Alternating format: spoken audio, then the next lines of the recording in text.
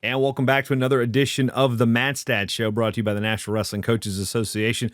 Along with Glenn Gormley and Kevin Hazard, I'm Jason Bryant. Today we're joined by the co-founder of D1 Women's Wrestling and the host of Everything Women's Wrestling, the Women's Wrestling podcast on Flow Wrestling, the NWMA-nominated podcast. You guys were so close to winning the podcast of the year this year. As the votes come in, I'm like, oh, they're so close, so close, so close. Great podcast on Flow Sports. Lori Ayers joining us.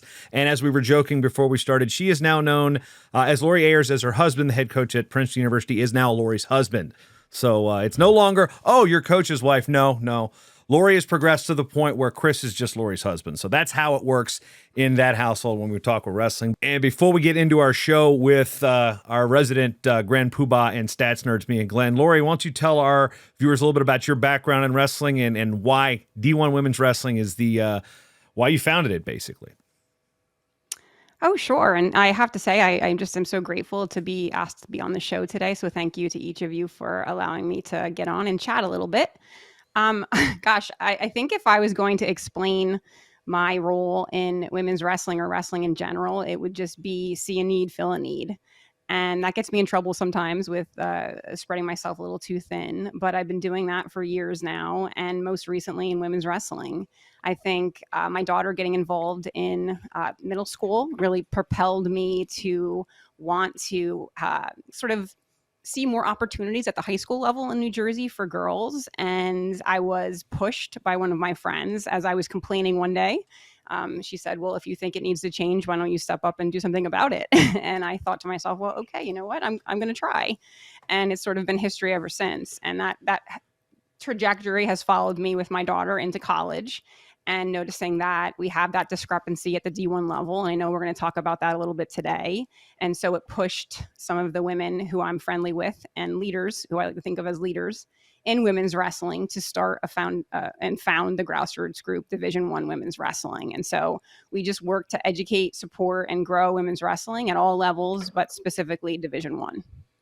And Lori, there's a lot of synergy with the wrestling women's groups out there. Wrestle Like a Girl, of course. Then there's the task force that USA Wrestling has with Andrea Yamamoto and Joan Fulp. So talk a little bit about how you guys all work together with building the college side of things, building the high school participation side of things, and how all those are all working together. You know what? I'm so glad you brought that up. We really are working together, I think, now better than we have ever before. So last year, we formed the Committee to Advance Women's Wrestling. And it involves a lot of those national organizations that you just mentioned, USA Wrestling, the National Wrestlers Coaches Association, Division I Women's Wrestling, Wrestle Like a Girl, even Wrestlers in Business Network. I mean, individuals like Rich Bender, Terry Steiner, Mike Moyer, Kira Berry, Sally Roberts, Julia Salata. I could go on, Gary Abbott. I mean, I know I'm missing someone there, but all these people getting on calls to collaboratively think about how we move the needle now for women's wrestling, right? Like we've come to a point where we're exploding. Everyone's talking about that. You would, if you're in the wrestling community, you would have to be living under a rock if you didn't know that the growth, like in the last year, has been just incredible. And so how do we take it to the next level? That's what the conversations are right now. How do we all work together? And so we learned a lot from the High School Development Committee, from Andrea Yamamoto and Joan Fulp. We learned a lot in terms of okay, well, we can create a model where we support one another, that we learn from one another. They went into those states as grassroots leaders, and they were able to talk with individuals who were willing to put the time in and to create momentum. And we learned from states that had become sanctioned, and we didn't fall into those same problem issues because we had people who had done it already and were teaching us how to do it. And so, yeah, we're all learning from each other. I think we're going to keep going with that philosophy and keep meeting and growing. And there's a lot of things that we need to be doing better, and we're having those courageous conversations. And so yeah, we're headed in the right direction. Before we dive into our stats with our PowerPoint presentation here, if you are listening, we have an accompaniment of the PDF that Glenn will be going off of throughout the show, available at nwcaonline.com and, of course, mattalkonline.com, where you can find all of my shows. And before we jump into that, I do a daily wrestling newsletter, mostly daily. It's not every single day. I usually don't do it on Mondays because I'm recovering from the weekend worth of stuff. And when I put that together, there's RSS feeds of college, websites and such, but there's also Google search results that dump into things. And when I search high school wrestling, the amount of stories in the daily newspapers on the websites across the country that feature girls and women's wrestling has exploded. And it's not just the number of programs, but I mean, I look at the amount of stories being written, and it's no longer the novelty story. Oh, it's the girl that wrestles. It's becoming the norm. And we're getting coverage very similar with how these New Jersey papers, for example, you're right there. You see how they tremendously cover the state tournament series and boys wrestling matchups. Of course, there was that big state dual meet championship this weekend, which unfortunately my buddy's team, Brian Stoll, his team they didn't win this year. So sorry for my buddies in the Green Wave there, but we see how New Jersey media covers it, and they're covering the girls in a way that's just like, wow, it's like you're reading the same guys. Like, wow, this is. You're not seeing a difference in terms of how they feature the stories. It's no longer the novelty. And you're right there in Jersey. So just talk about the newspaper coverage that you've seen at the grassroots level. And I've seen it with what's happening in Alaska and in Kansas and stories everywhere. But what about Jersey, where it's often regarded as a wrestling hotbed? I couldn't agree more. We have had great coverage of girls wrestling from the beginning in New Jersey. They bought in really quick. But I'll have to say, the product of girls wrestling, of women's wrestling at the college level, at the high school level is excellent. So there's nothing to improve with being a fan of girls and women's wrestling. Like, it's there. It's just how we market it. So to see it happening in New Jersey, it actually helps it catch fire.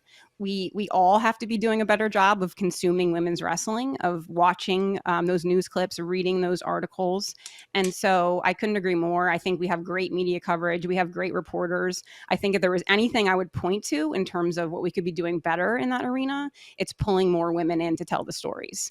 And so we see the women in New Jersey on their social media accounts taking that ownership and filling up that space and telling their stories there. But I'd love to see some more female reporters on the scene in New Jersey and elsewhere. So good stuff, but we can keep improving there as well.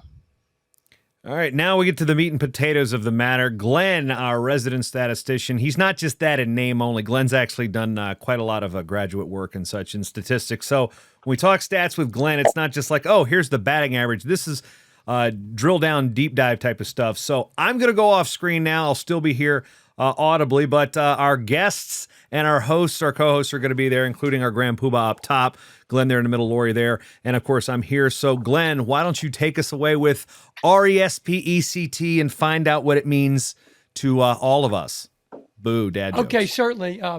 Jason, Lori, thank you for joining us too. It's a big help you being here. We're honored to have you. This show, MatStats episode 18, is all about women's wrestling. Okay. I'm sure everyone knows Aretha Franklin and her famous song, RESPECT. And this is what women need in wrestling. They need respect. Okay. The gang is big on this. We dive in here on this episode of the statistical analysis of how women's collegiate and girls high school wrestling has worked in the past couple years and in the past. We also go into what I call a myth now, that Title IX has hurt NCAA men's sports long term. Okay. And I've been striving for one sport, one team, one family since I first got involved with women's wrestling with Mike Moyer, Lori Ayers. And I remember watching her daughter as a middle schooler and being very impressed with her. And we need to have a symbiotic relationship, guys. We need to work together. So when Jason takes us to the next slide, okay, slide number 2. Okay, these are a couple things we put on each show. I feel like a number. Lori, in case you haven't watched this show enough, we've added this recently, and it's the old Bob Seger song. There's a stats guy. That was about the time I was in grad school, so I always like that. Then another thing I have to put in. So Kevin, Lori, Jason, Mike Moyer, anybody else at the NWCA, Dan Weaver, Stephanie, whoever, doesn't get mad at me. We're going to say things on this show that not everyone's going to agree with, even on this show. Okay. But this is what statistics are about. We say some things other people might not know the statistic and they might not agree with it. So if you don't agree with everything I say, and a lot of times when I say MatStats, it's really Glenn Gormley's opinion. Okay. One of the great things about the growth of women's wrestling is you have to run hard to keep up with the growth of women's wrestling. You can see me in that picture. There's 3 girls wrestlers behind me that passed me before the race is over. So I didn't run hard enough to keep up with it, but I'm trying. Okay. How many women's teams are there, guys, right? This is a stat, as you can see on the screen right now, as of February 10th of this year, there was 84 women's NCAA teams. We'll see later in the show there's 45 NAIA. When you tell people there's 129 total women's teams, they are shocked by that. Okay, so it's really a good sign. Okay, the next slide, slide 6, shows us where we are in women's wrestling and men's wrestling in the NCAA here. Okay, it has it by division and then total. One interesting thing that I'm going to love to tell people when Kevin and I are at Nationals with Jason and rooting for Princeton and all other teams is the most men's teams there's ever been is 363. Okay, since NCAA started keeping all the stats. We now have 359 when you count women. So we're very close to having more wrestling teams in NCAA than ever before since 81, 82. Okay. Now, here we need to go back to when Lori and Jason were not around in college when it merged, the women merged with men. All right. I was in college, and I'll lie and say Kevin was in college with me. Grad school, right, Kevin? Grad school. I was school. I was born. I was on the earth. I can give you that. So yeah, I know you guys were born, but okay. So it became an 81, 82. And then on this chart, you can see other sports that came later. Ice hockey in 01. Believe it or not, women's soccer did not come until 83. It was not one of the original sports, which is hard to imagine being the world's biggest sport. And then track, indoor, and rowing. So that shows us that, and I highlight it in red there, the number of teams for ice hockey, lacrosse, soccer, and rowing.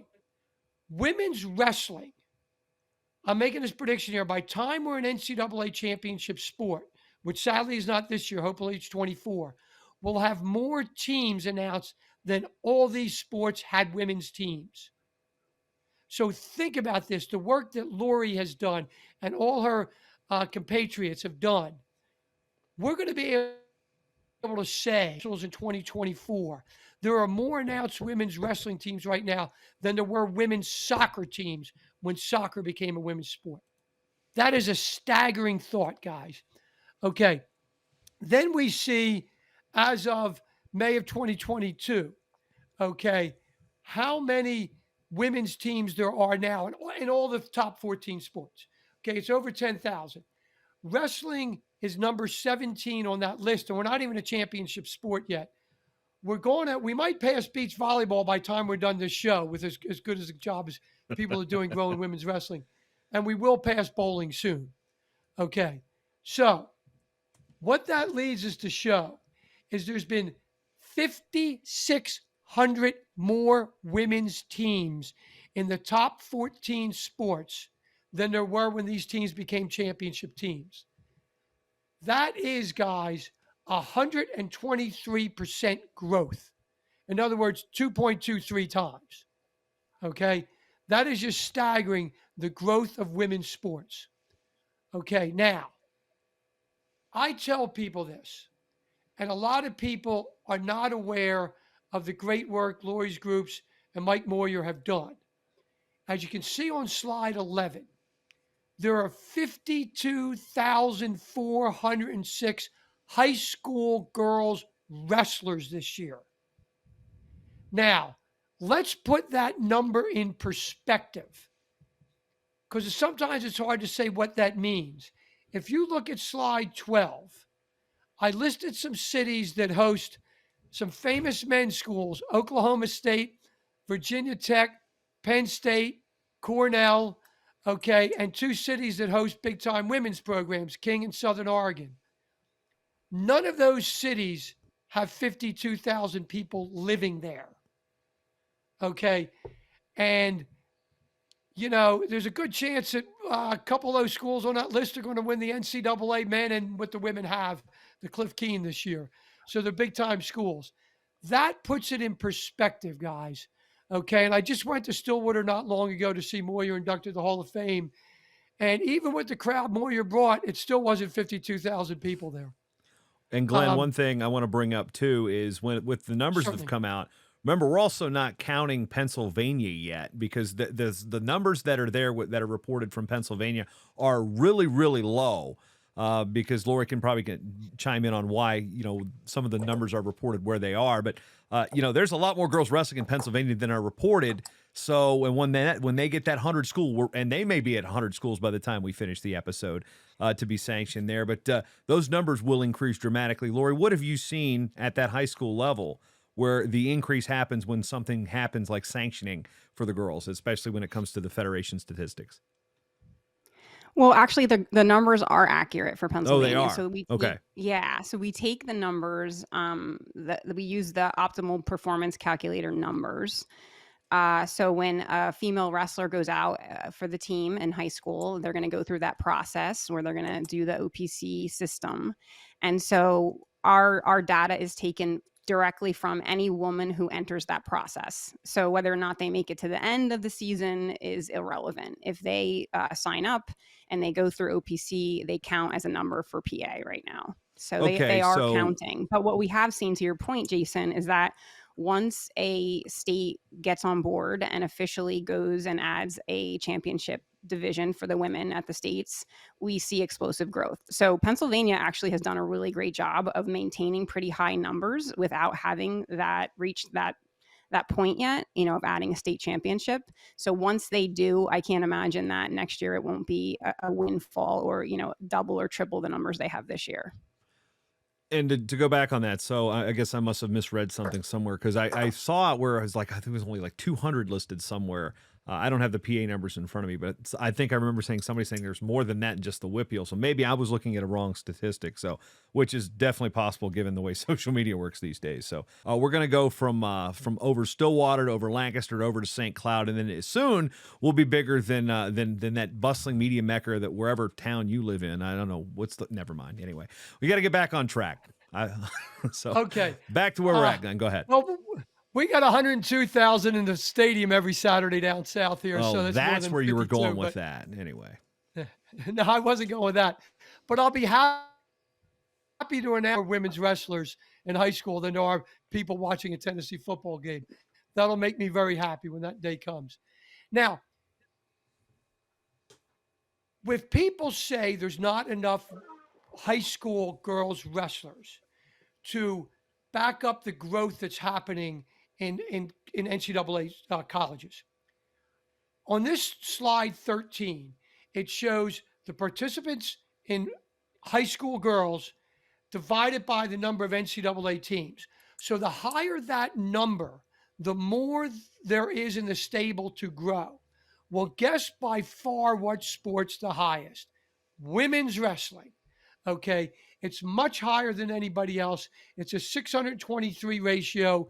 Overall, it's 280. There's no other sport higher than 486. So anybody who tells you there aren't the girls there to do it is an AD, a college president that's misinformed.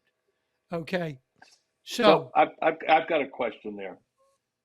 So we've got a number of states that are going to put on state championships in the next couple of years. We'll probably be at 60 or 70,000 soon. How do we get this kind of information out to college presidents? Lori, I'm asking you, is there anything that our show could do to help get that number? I thought that was, when we were going through the statistics before the show, that was the critical statistic. That's an amazing statistic. So how do we publicize that?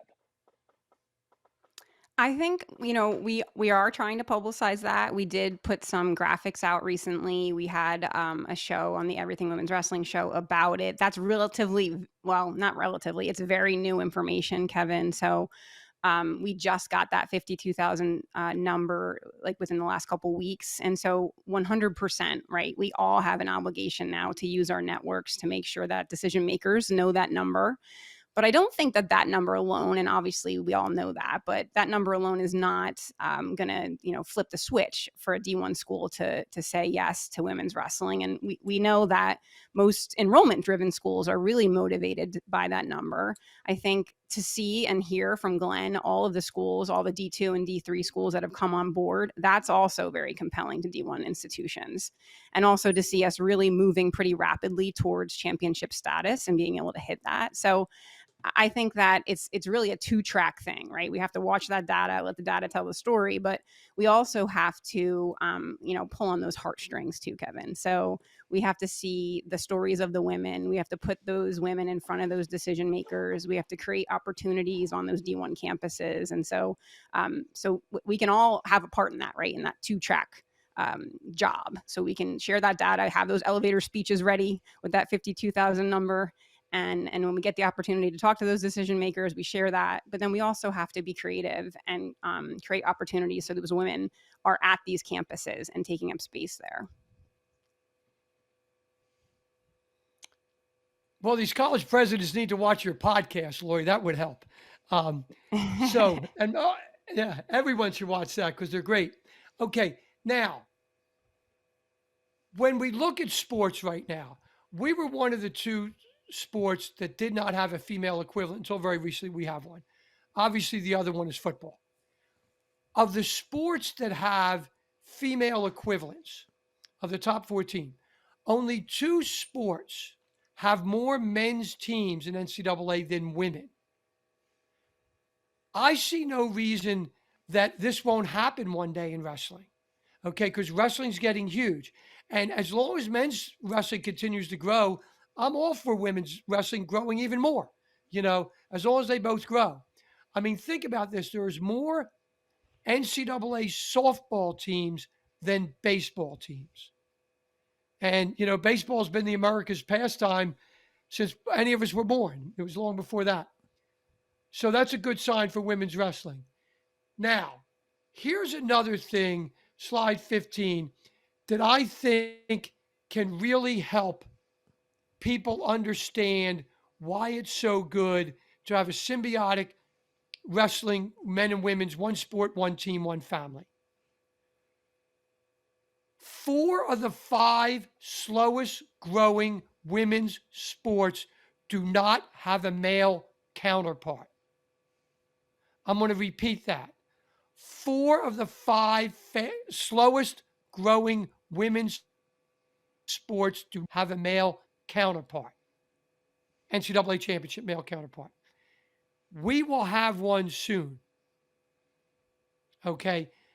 There's no reason to believe that women's wrestling won't grow faster than field hockey, bowling, beach volleyball, and maybe even rowing. I'm not knocking any other sport. People should do whatever they want to do, but I'm just letting people know that there's something special going on in wrestling and specifically women's wrestling. And the numbers back this up. And you're probably not going to find anybody but MatStats to dig into this to let you know that. Okay. Now, this is slide 16 is just some confusing permutations that could happen with the growth of women's wrestling. I don't want to take up too much time explaining this. It's explained on the screen. But what I'm saying, guys, there's an upper level. On this thing, the bottom level is 206. The upper level is 624, which is kind of a pipe dream, seeing how many men's teams there are. But we are just beginning at 84 NCAA women's teams. We're going to look back a couple years from now. We're going to be sitting at the Nationals 4 or 5 years from now, whatever happened to be. And hopefully it's men and women at the same time, same place, same everything. So women's wrestling is here and it's here to stay and it's growing. Now, one of the things I get is the next slide will deal with this. This has the women's top 14 sports, the men's top 14 sports, and broken down men and women's wrestling by D1, D2, and D3. Men's wrestling is basically the same as all other sports in those levels. So when I hear people that I thought William and Mary was a really good school until I meet people in the suite and they think, well, nobody has wrestling. They don't even know there is a Division III, right? Okay. So this shows that we're on the same footing as that. In women's wrestling, that's not the case. Okay. On the back of the shirt there on that on that half marathon thing, it does say bridge the divide, and the divide is a D1. Okay, the famous bridge over Trenton. Back to my old hometown. So the next slide, we can see how many members there are. Members means every school is a member. For example, Tennessee's a member, Princeton's a member, William and Mary's a member. Only one school has wrestling, so only take one of those schools seriously. But they're all members. They're all part of the NCAA. So 25% of all the NCAA schools last year had men and 8% had women. I do think that's going to grow. And just like anything else, most of the schools are Division III. There's more Division III school members than any other member. So that's why there's more of those schools. And that's why there's more of those teams in most things. As we said before, women's wrestling is skewed away from Division I. Okay, you can see on slide 20 the amount of members that's grown. In 1982, there were 753. Now there's 1,100. So they've grown all over the place, and that's great. Some people don't understand these new schools, and they're wondering why all these other schools that did have wrestling at one time don't. But there's sports growing because it's new schools getting the sport. Yes, I wish the two schools I wrestled at would still have wrestling or start it again. But as long as we're giving people opportunities, I prefer they wrestle at, I'll add Old Dominion to that, Jason's alma mater. Lori, your alma mater does have men and women's wrestling now, your college. Okay. And the school that her husband coaches at does have men, and they should have women one day. And I know you're pushing for that. Okay. Now, there's been some concern on me when I go around, and they're saying there is no women's wrestling Division I to speak of. It's a legitimate concern, guys. There's only 4. When Coach Ayers and Lori and Dr. McLaughlin and Joe Savino hosted the All-Star match, the first one that ever included women in 2017 at Jadwin, I invited back the Mighty Macs, Immaculata College, who won the first ever women's basketball national title. They couldn't make it that day. That's a shame. But you see on this screen, the first 6 years, the title was won by Immaculata or Delta State, and other schools that made the finals were Westchester State, home of Mike Moyer, Queens of New York, Mississippi College. They were all small, tiny schools. Then Pat Head Summit came around and made it big time in a big time school. Okay. I happened to be at a women's basketball game a couple weeks ago where we honored Pat Summit's memory, and it was packed full of people that remembered these old days. I talked to a lot of the women that remembered those days when they couldn't beat Immaculata College. So what I'm hoping is it's going to happen in women's wrestling. Kevin, you have a question for Lori on Yeah, this. I was going to ask, Laura, do you think that women's wrestling will follow the same that's a hard word to say, trajectory? I mean, we got Iowa came in this year. It's starting to be picked up by some of the bigger schools. Do you think D1 will eventually be the power in women's wrestling? I do. I think we've had some barriers to seeing that happen, some threats that unfortunately happened right near the time when we saw emerging sports status be announced. So a pandemic was not an ideal thing to happen when we're trying to grow a varsity sport. So that was not fantastic. And then we've also seen, name and image and likeness deals sort of throw a curveball to our athletic departments. Everyone's trying to figure out their bottom lines. And with those two things happening, I don't think they were calling for meetings and talking about adding sports. So hopefully we're coming out of the other side of both of those things and trying to figure those out. And I think now we're in a better position to see D1 schools consider it or think about it. So again, I think we have to use our networks. We have to keep dripping on these decision makers, and it's not going to be one thing that does it. It's not going to be, at every school. I think it's going to be a little bit different. So we need to do some work. We need to have those conversations and talk to those specific schools about what their barriers are, and then try to work around those things. So that's, sharing statistics. We're sharing the stories of the women that are being successful on their campuses. I'll tell you what, like a few years ago, when I started having conversations with some of these decision makers, the conversation was basically like, really? Like these women want to come and wrestle at our school? Or, they're already on our campus and they want to wrestle. And I was like, yeah, they totally do. And they can get in and they want to be here. And so then they said things to us like, okay, well, bring them in. We want to talk to them. And at that point we were like, oh crap, like, they're not here yet because there's no opportunities for wrestling. So then our job was pretty clear, right? Like we needed to make it so that if they did decide to come to the schools, that we could provide some opportunities through clubs or RTCs or even rostering on the men's teams. And we've done that. And so we're telling the story better than we were. So there were women that were doing it in the early 2000s, like Audrey Pang was in Princeton and she was wrestling. She actually wrestled in the EIWA. That's a fun fact. But when they faced adversity or when they faced, issues or problems, there was no one there to help them.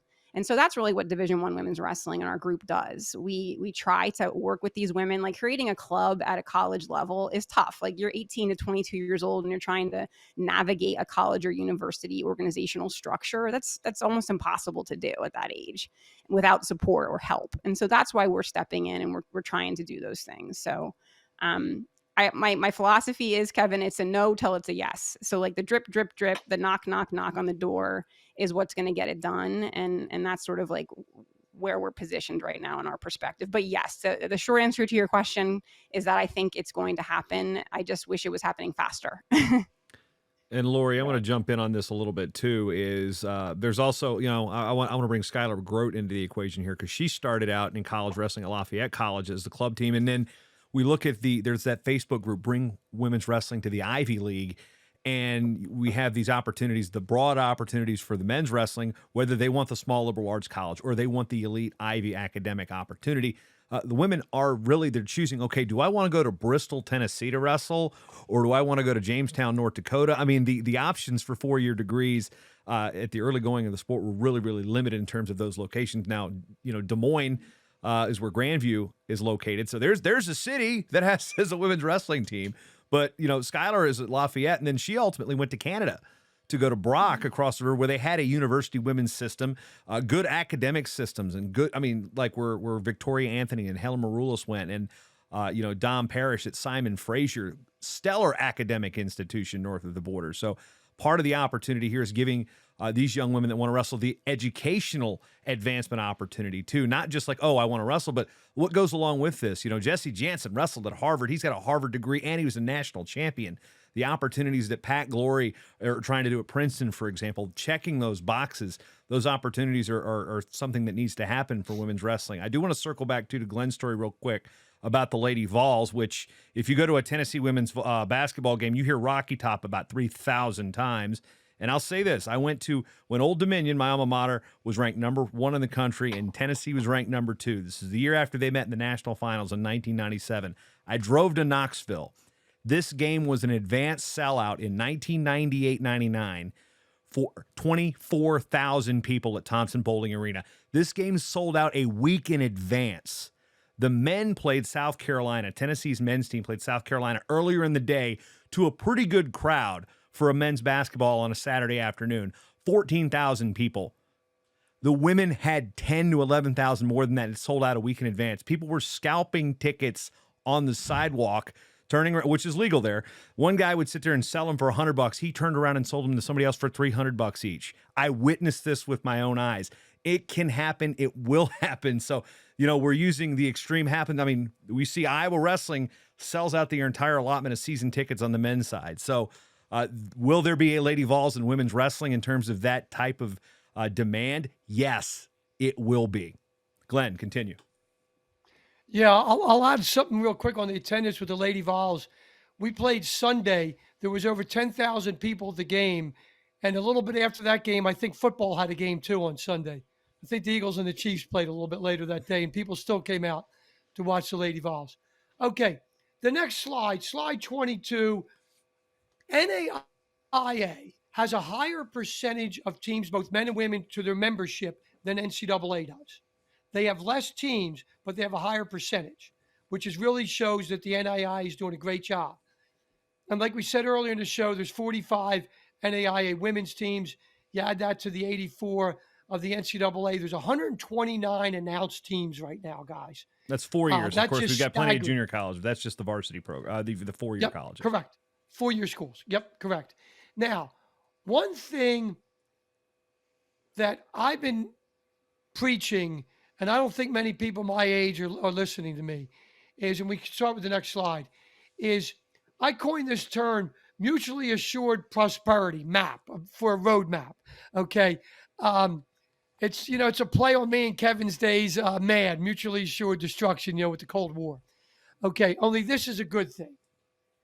One of the things that my generation and Kevin's generation men, they use a lot of anecdotal stories, and they can use the colleges Kevin, Jason went to that do not have men's teams. And yes, they dropped.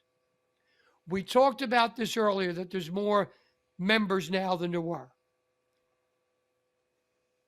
I'm a rarity, and I don't want to have this show go into Title IX, but I'm going to tell you real quickly here, Title IX did not hurt men's NCAA teams long term. I'm talking about all men's teams. Believe it or not, there's sports other than wrestling. Some people do other sports. Now, if you look real quick, in 81, 82, next slide, please, Jason, there's 6,400 men's teams across all three divisions. The slide 25 shows you now there's 9,008. Okay. Slide 26 shows you every sport has grown since 81 and 82 to last year on the men's side, except for the world's oldest and greatest sport, our sport. Okay. Now that we have women, men's wrestling is growing again. Okay. If Title IX was devastating long term, there would be sports other than wrestling, men's sports, that had decreases. Okay? Now, we can see on slide 27 would be the growth across all top 14 sports for the number of teams is 41% from 82 to last year, 22, 40 years. Okay? Wrestling, once again, was the only one with a decrease. We're doing something to change that. Okay, now, if you look at it year by year, okay, the annual percentage growth is a little less than 1%, okay, percent each year. But when you do this for 40 years with compounding interest, yada, yada, yada, it gets to a number bigger than the 40 years. That's why it's 42. Okay, and as you can see on those numbers roughly, there's never really a year where the numbers went down, nor are there several consecutive years where numbers went down. Yes, it's a lower percentage of membership that has wrestling teams.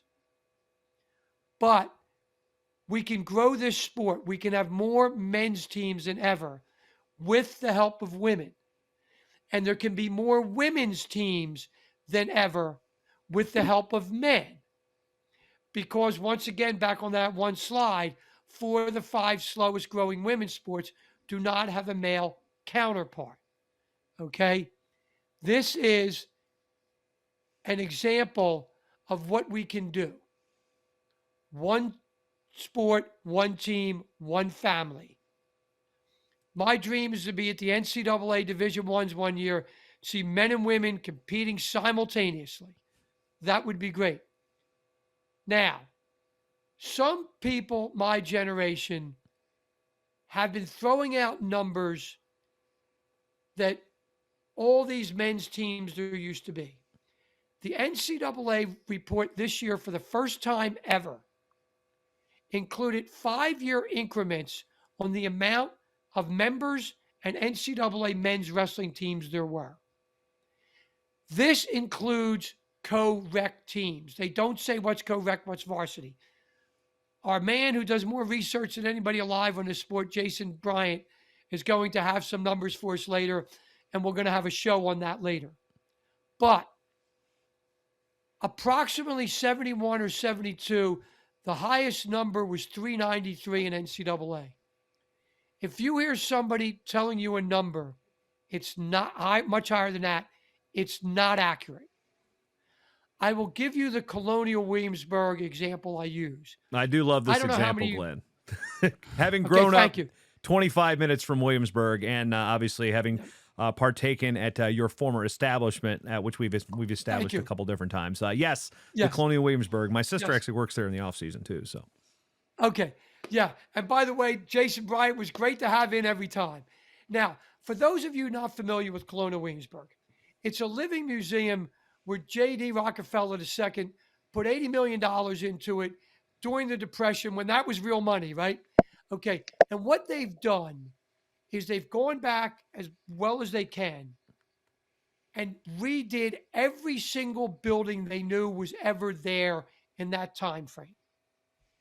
So right now, in 2022, there are more buildings in Colonial Williamsburg at one time than there ever was at any one time in the 17th or 18th century.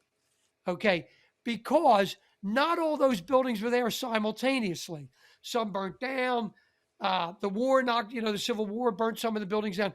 So some of these things were built later, okay, 100 years after the other one. So we have them all in one collection now.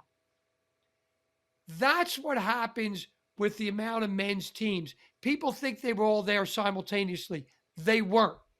Okay. When you listen to 70s and 80s classic music, not all those great songs were out at the same time. Okay.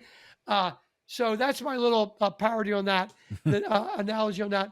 The next slide shows you a graph that Kevin wanted me to include on that. So we did that so you can see it peaking in 71, 72, and then sadly going downhill. Okay. I already discussed the symbiotic relationship, and I'm going to try to put some other things on this to get across to people. If you go to slide 32, please, Jason, there's 4 things that Gormley doesn't believe in: Bigfoot, Yeti, a flat earth, and Title IX destroyed men's teams. Okay. Gormley doesn't believe in that. If other people believe in it, I just nod my head. And if you really want to believe the earth's flat, so be it. Okay. That's another episode entirely. But we can try to educate people on. Yep. We can educate people on the 4th thing. Now, slide 33 shows you some things that Gormley and MatStats does believe in. This is the cringe slide of all cringe slides in the history of this show. Okay. That's all I'm going to say about this slide right now. I'm trying to lend some humor to this too. I'm not on camera for a reason because I'm face palming, guys. I see Elvis Day every day in Tennessee. Our mascot will be dressed as Elvis when we play Bama tomorrow. Santa Claus, yes, Virginia, where Kevin and Jason are from, there is a Santa Claus.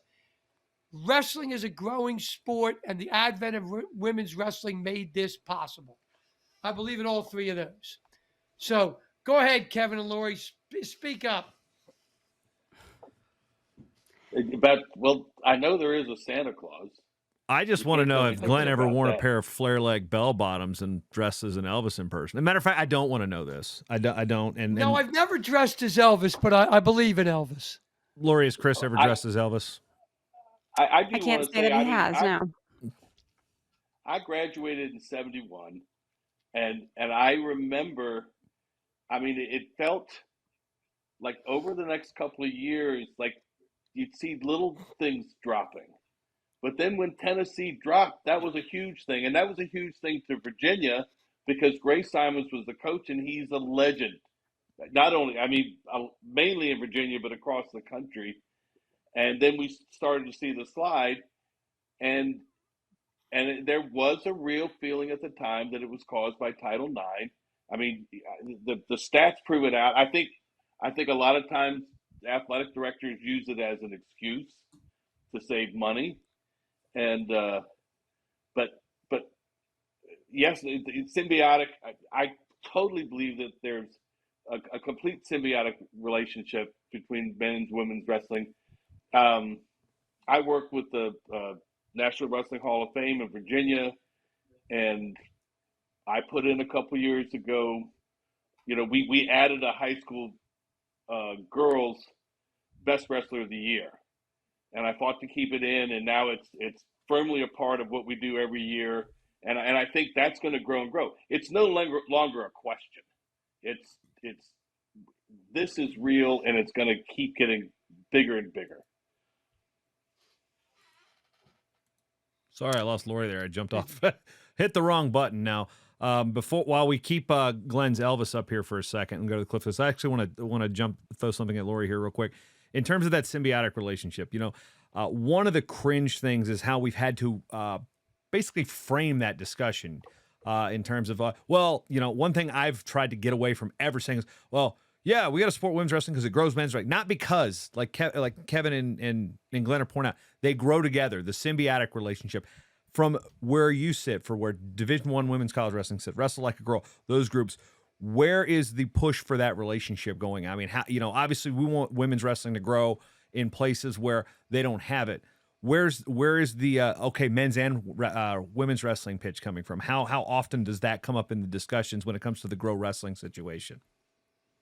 Whew, I love this question. I could be a whole TED talk on this question.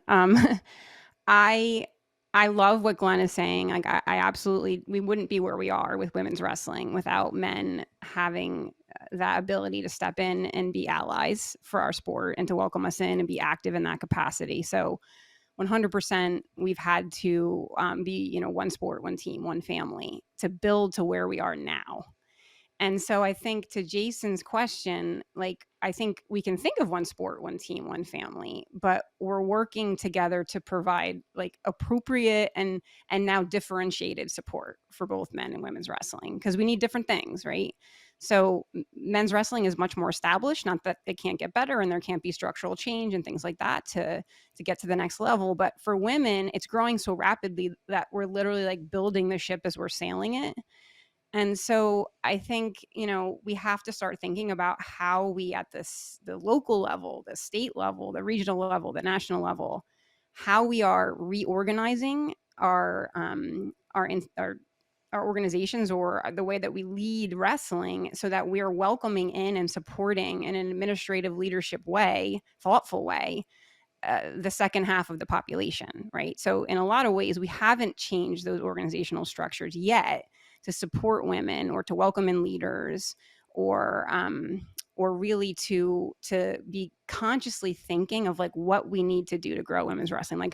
There's not, in my opinion, enough leadership right now of people who are just thinking of women's wrestling, right?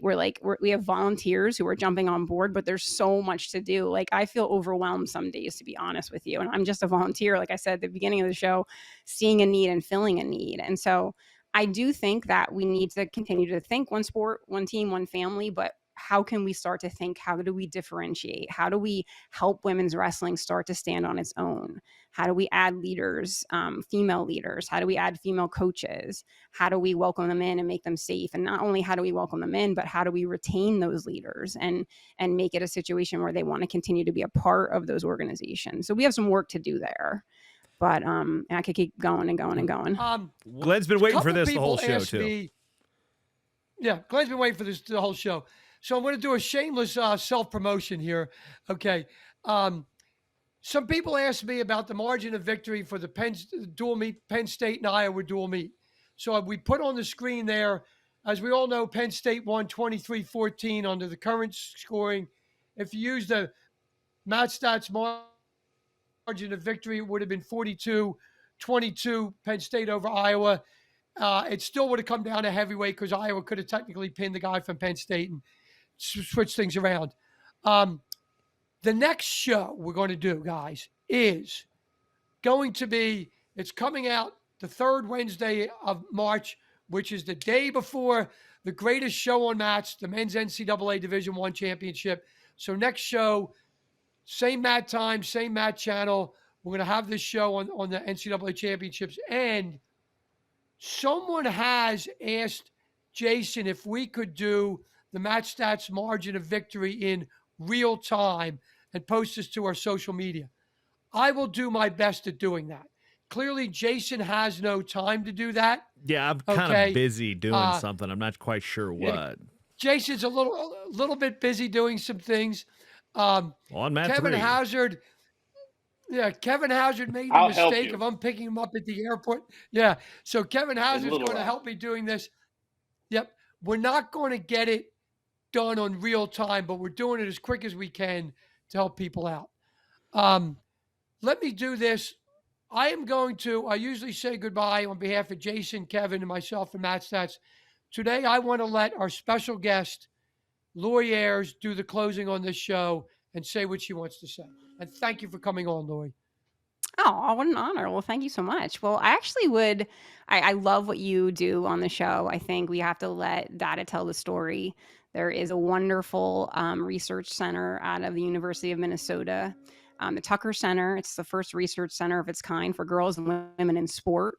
And so that's one of their coin phrases, let the data tell the story. And we need that in women's wrestling for sure. So I think it's perfect to send us off with maybe some inspiration for you guys on additional research that you could be doing on women's wrestling. And so for me, I would love to see more data on how we are doing with female officials across the country. So maybe that could be like folk style, maybe it could be freestyle, but I'd like to see like a baseline of where we're at because I know we need to grow there. So that would be cool statistics to see in the future. And then I also, even though the Tucker Center does a great job with a college coaching report card for women and women coaches in the NCAA, I'd like to see a little more on that in terms of wrestling. So how many women are coaching wrestling at all different associations? And then how can we do a better job to welcome more women in, to be educating women at the collegiate level and making them feel comfortable coming out and getting into that collegiate coaching space.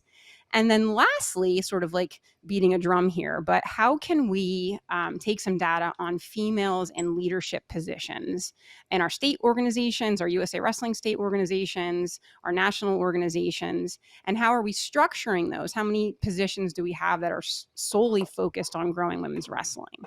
So those would be some statistics I'd love to see in the future. Yeah, Lori. But thanks for having me. This has been fantastic. I appreciate all that you guys do. Yeah, and to that last point before we close, I do want to, there's something that brings up, like 20 years ago, I remember we had one state chair in Fargo that was Louise Davis from Tennessee. She was the only women's state chairperson that I knew of that led a USA Wrestling chapter. So there's something to dig in there. Maybe I have to call up Tony Black at USA Wrestling and be like, hey, state chairs, what do we got on that? So great rabbit holes for us to dig through. I'm sure we can get Glenn on that. Lickety split. Yeah. And real quick, Lori, where can they check out your show, and where can they check out more about D1 Women's College Wrestling and everything that's going on there? I love it. So I do a podcast for Flow Wrestling called Everything Women's Wrestling. There's a collection on the website, so you can check all the episodes out. That would be fabulous. And then for D1 Women's Wrestling, we have a website, d1womenswrestling.com. You can check that out. Or we really are very active on our social media accounts. So we're on Instagram and Twitter and Facebook. And if you have something that you want to share with us, some information, don't hesitate to send us a message. So good stuff. Thanks for that. Thank you.